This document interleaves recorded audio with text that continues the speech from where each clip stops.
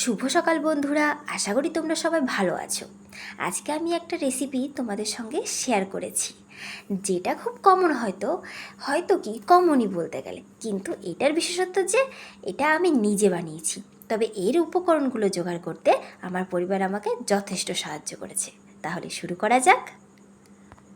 এই পোলাও রান্নাটি আমি ছোটোর থেকে দেখে আসছি। আমাদের ঘরে এটা প্রায় সবারই প্রিয়, তাই চেষ্টা করলাম একটু বানানোর। তো আমি স্বল্প পরিমাণে সমস্ত উপকরণ নিয়ে নিয়েছি, তোমরা দেখতেই পাচ্ছ। আমার আবার চামচ না, আমি আঙুল দিয়ে একেবারে ঘি উঠিয়ে মানে ডিব্বা থেকে বার করে ভালো করে মাখিয়ে নিলাম প্রথমে চালটা। ও হ্যাঁ, একটা কথা, চালটা মাখানোর আগে অবশ্যই ভালো করে ধুয়ে জলটা ঝরিয়ে নিতে হবে। ঝরঝর করে না নিলে ঝরঝরে পোড়াও হয় না।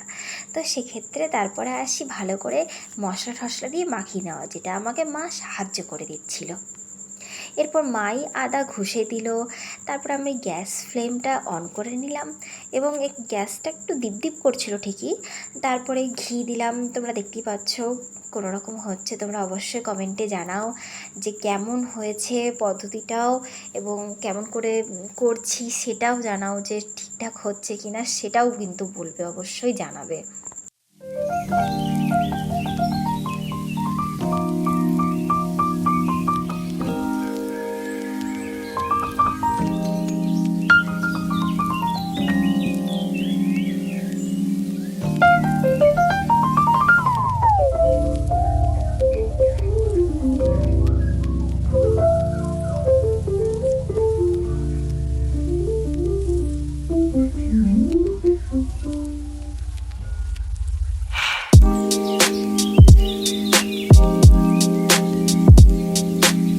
এরপরে এই মশলা মেশানো হালকা ভাজা চালগুলো হাঁড়িতে দিয়ে সিদ্ধ করে আমাদের রান্না রেডি।